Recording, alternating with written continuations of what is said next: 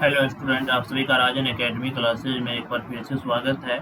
तो आज के इस वीडियो लेक्चर में हम लोग जो है क्लास 10th का जो मैथ है इसका हम लोग पहला चैप्टर, इसका नाम है वास्तविक संख्या का। आज इसमें हम लोग ऑब्जेक्टिव क्वेश्चन को करेंगे। इसमें आज हम लोग टॉप 10 ऑब्जेक्टिव क्वेश्चन को करने वाले हैं, जो कि एग्जाम की दृष्टि से बहुत ही महत्वपूर्ण है। जो भी बच्चे 2027 में एग्जाम देना चाहते हैं उनके लिए ये क्वेश्चन बहुत ही ज़्यादा इम्पोर्टेंट होने वाले हैं, और ये हमारा पार्ट 1 है। तो चलिए यहाँ से क्वेश्चन को सॉल्व करते हैं। तो हमारा पहला क्वेश्चन क्या है, देखो पहला हमारा क्वेश्चन है, निम्नलिखित में कौन सी सबसे छोटी प्राकृत संख्या है। तो बताना है इसमें कौन सबसे छोटी प्राकृत संख्या है। तो प्राकृत संख्या के बारे में हम बताए हैं। प्राकृत संख्या क्या होती है, गिनती की संख्या को प्राकृत संख्या कहते हैं। यानी कि गिनती की संख्या जीरो शुरू नहीं होता है, एक से शुरू होता है। गिनती जो शुरू होता है वह एक से शुरू होता है। तो 1 2 3 4 5 6 इस तरह से गिनती आगे हम लोग गिनते हैं। तो इसकी सबसे छोटी प्राकृत संख्या पूछा है ना, तो सबसे छोटा क्या है, एक है ना, सबसे छोटा एक है। तो कौन सा ऑप्शन में एक है, तो ऑप्शन सी इसका राइट आंसर हो जाएगा एक। उसके बाद अगला हमारा क्वेश्चन है, दूसरा नंबर क्वेश्चन, √12 का प्रमेयकरण गुणांक है। तो √12 का प्रमेयकरण गुणांक निकालने के लिए हमें 12 का वर्गमूल निकालना पड़ेगा, और जो वर्गमूल में बाहर नहीं आएगा, रूट के अंदर रह जाएगा, वही प्रमेयकरण गुणांक होगा। जिससे पहले 12 का हम क्या करते हैं, यहाँ पे गुणनखंड कर लेते हैं। तो 2 से लगाएंगे 6, फिर 2 से लगाएंगे 3, उसके बाद √12 का प्रमेयकरण गुणांक करना है। तो इसको क्या क्या लिख सकते हैं, √12 को लिख सकते हैं ना, 2 गुना 3। अब ये रूट से बाहर क्या सब आएगा, तो एक 2 जोड़ा बन के बाहर आता है ना, वर्गमूल में 2 जोड़ा बन के बाहर आएगा। तो ये 2 तो बाहर आ जाएगा, लेकिन √3 रह जाएगा अंदर, ये 3 जो है अंदर रह जाएगा। तो इसमें क्या चीज से गुना कर देंगे, परिमेय संख्या बन जाएगी। √3 है तो √3 से गुना करेंगे, अर्थात इसका परिमेयकरण गुणांक जो हो जाएगा, परिमेयकरण गुणांक इसका क्या हो जाएगा, जो रूट से बाहर नहीं आया तो √3, इसका परिमेयकरण गुणांक हो जाएगा √3। मतलब इसमें √3 में क्या से, इसमें कौन चीज से गुना कर दें ये परिमेय संख्या बन जाए, तो यहाँ पे √3 से गुना करना पड़ेगा ना, इसलिए इसका राइट आंसर हो जाएगा √3, इसका परिमेयकरण गुणांक हो जाएगा। ऑप्शन ए इसका करेक्ट आंसर हो जाएगा। ठीक है। उसके बाद अगला हमारा क्वेश्चन है, तीसरा नंबर क्वेश्चन में बोला है 45 तथा 60 का मौसा ज्ञात कीजिए।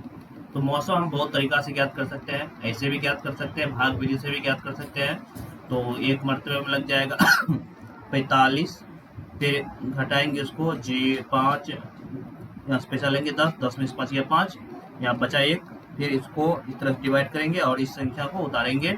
45 है ना, तो 45 15 तिया 45, तो 15 तिया 45 क्या बार में कट गया, 3 बार में कट गया ना। तो ये किससे विभाजित हुआ, लास्ट में 15 से ना पूरा विभाजित हो गया है। इसका HCF जो आएगा, मतलब महत्तम जो आएगा, कितना आएगा, 15 आएगा। ऑप्शन डी इसका करेक्ट आंसर हो जाएगा 15।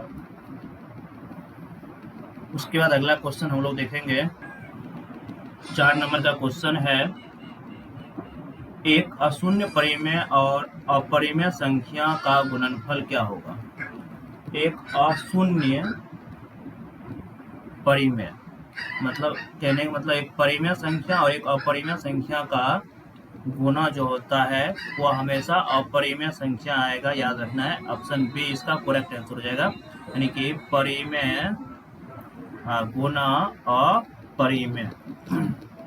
अपरिमेय संख्या का जो गुणनफल होगा वह हमेशा अपरिमेय आएगा। अशून्य है ना, यहाँ पे बोला है ना कि अशून्य मतलब अशून्य मतलब 1 2 3 जीरो को छोड़ करके बाद में किसी भी संख्या को हम लोग अपरिमेय संख्या से गुना करेंगे। अपरिमेय संख्या से जब इसको गुना करेंगे ना, अपरिमेय संख्या से गुना करने पर ये हमें अपरिमेय संख्या ही आएगा। ठीक है, याद रखना है। उसके बाद अगला हमारा क्वेश्चन है 5 नंबर का, यूक्लिड विभाजन एल्गोरिथम दो धनात्मक पूर्णांकों के निम्न में किसे परिकलित करने का एक तकनीक है। तो याद रखना यूक्लिड विभाजन जो होता है ये मौसो को ज्ञात करने की तकनीक है, मतलब HCF निकालने की तकनीक होती है। ठीक है, उसके बाद अगला हमारा क्वेश्चन है 6 नंबर का, यदि P एक धनात्मक पूर्णांक है तो धनात्मक सम पूर्णांक का रूप होगा। तो P एक धनात्मक पूर्णांक है, मतलब यहाँ पे पहला ऑप्शन देखो 2P है, तो धनात्मक पूर्णांक है तो धनात्मक पूर्णांक का सम रूप होगा। मतलब P का मान अगर हम 1 लेंगे तो यहाँ पे 2 आएगा, जब P का मान 2 लेंगे तो 4 आएगा, 3 लेंगे तो 6 आएगा, फिर उसके बाद 4 लेंगे तो 8 आएगा। तो सम होना चाहिए ना, देखो 2 4 6 8 यही तो हो रहा है सम ना। बाद में कि यहाँ पे क्या हो जाएगा, विषम हो जाएगा, ये तो होगा नहीं, ये भी विषम हो जाएगा, P का मान 1 लेंगे ये भी विषम हो जाएगा। तो इसलिए इसका राइट आंसर हो जाएगा ऑप्शन ए, क्योंकि हमें यहाँ पे स्पष्ट बोला है धनात्मक सम पूर्णांक होना होगा। धनात्मक सम पूर्णांक इसी ऑप्शन में होगा ना, जब हम P का मान जो है धनात्मक संख्या मतलब 1 2 3 4 5 6 7 8 लेते रहेंगे, तो यहाँ से 2 4 6 8 10 12 इस तरह से संख्या आती रहेगा। ऑप्शन ए इसका करेक्ट आंसर हो जाएगा। उसके बाद अगला क्वेश्चन है, किसी धनात्मक पूर्णांक Q के लिए प्रत्येक धनात्मक विषम पूर्णांक का रूप क्या होगा।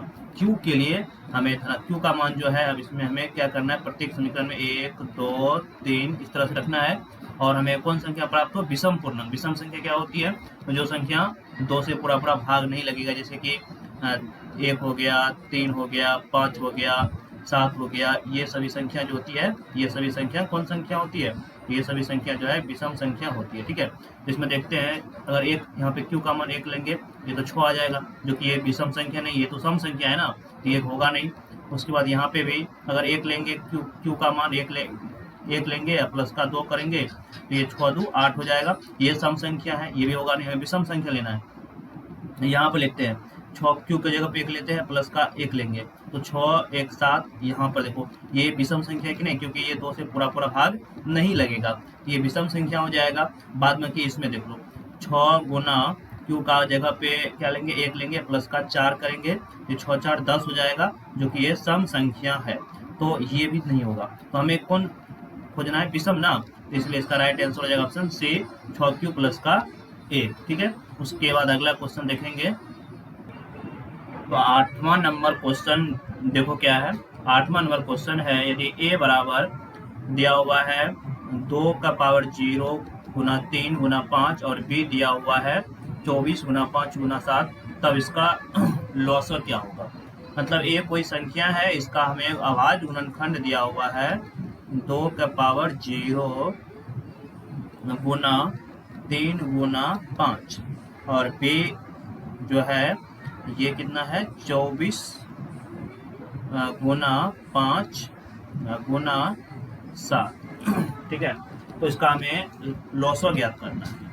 तो लॉसर ज्ञात करने के लिए हमें क्या करना पड़ेगा, पहले तो 24 को और हम खंडित करेंगे, 24 को और तोड़ेंगे, क्योंकि ये 24 अभाज्य संख्या नहीं है, इसको और तोड़ लेते हैं। ये 12, फिर 2 से लगाएंगे 6, फिर 2 से लगाएंगे 3, अब नहीं लगेगा, तो ये हो जाएगा 2 का पावर 3 गुना 3 के पावर 1 गुना 5 के पावर 1 है, 7 भी है। तो अब इसमें हमें क्या करना है, सबसे छोटी इसमें घात यानी कि कौन कौन संख्या, देखो एक 2 है, एक 2 टाइप का संख्या, एक 3 संख्या, एक 5 टाइप का संख्या है। तो यहाँ पर भी और यहाँ पर भी 2 टाइप का संख्या है, 3 टाइप का संख्या है, 5 टाइप का संख्या है और 7 टाइप का संख्या है। तो इसका अधिकतम पावर हमें लेना है। तो इसमें देखो 2 है, यहाँ पे 2 का अधिकतम पावर कितना है, एलसीएम निकालने के लिए हमें इसका अधिकतम पावर लेना है, यानी कि 2 का पावर 3 लेंगे। उसके बाद 2 का हो गया, 3 का अधिकतम पावर कितना है, 1 ही है ना, तो 1 लेंगे। उसके बाद 5 का अधिकतम पावर कितना है, 1 अधिकतम पावर को लेंगे। ठीक है, और कॉमन से मतलब नहीं है, अधिकतम पावर लेंगे। उसका 7 का अधिकतम पावर कितना, 1 है ना, इसको गुना कर लेते हैं, तो ये हो जाएगा 2 का पावर 3 8, 8 गुना 3 ठीक है 24, 24 गुना 5 गुना में 7, 24 पंचे पंचों का 20 और 10 दूनी 5 दूनी 10 12 गुना 7, तो बढ़ सते 84 एगो 0, तो मिस्टेक हो रहा है कहीं पर, यहाँ पे देख लो 840 आ रहा है ना, नहीं 840 नहीं आएगा, छूट गया यहाँ पे, यानी कि 1680 होना चाहिए, यहाँ पे मिस्टेक तो नहीं कर रहे। 4 4 दूनी 8, देखो यहाँ पे 2 का पावर, अधिकतम 2 का पावर कितना है, अधिकतम 2 का पावर 3 है, ठीक है। 2 का अधिकतम पावर जो है यहाँ पर 3 है, और 3 का अधिकतम पावर 1 है, 3 लिए यहाँ पे 1 2 कहीं पर छूट रहा है, 2 से लगाए 3 4 24, ठीक तो है यहाँ पे सब कुछ तो यहाँ पर ठीक है, लेकिन यहाँ पे आंसर जो है गुना होना चाहिए, ये ऑप्शन डी इसका राइट आंसर होगा। यहाँ पर 2 का साथ भी एक बार अधिकतम पावर है, ठीक है, या नहीं, यहाँ पर इसका मान तो 1 है, इससे कोई लेना है ही नहीं, ठीक है। देख लेना, इसमें मिस्टेक हो सकता है। अगला क्वेश्चन देखते हैं।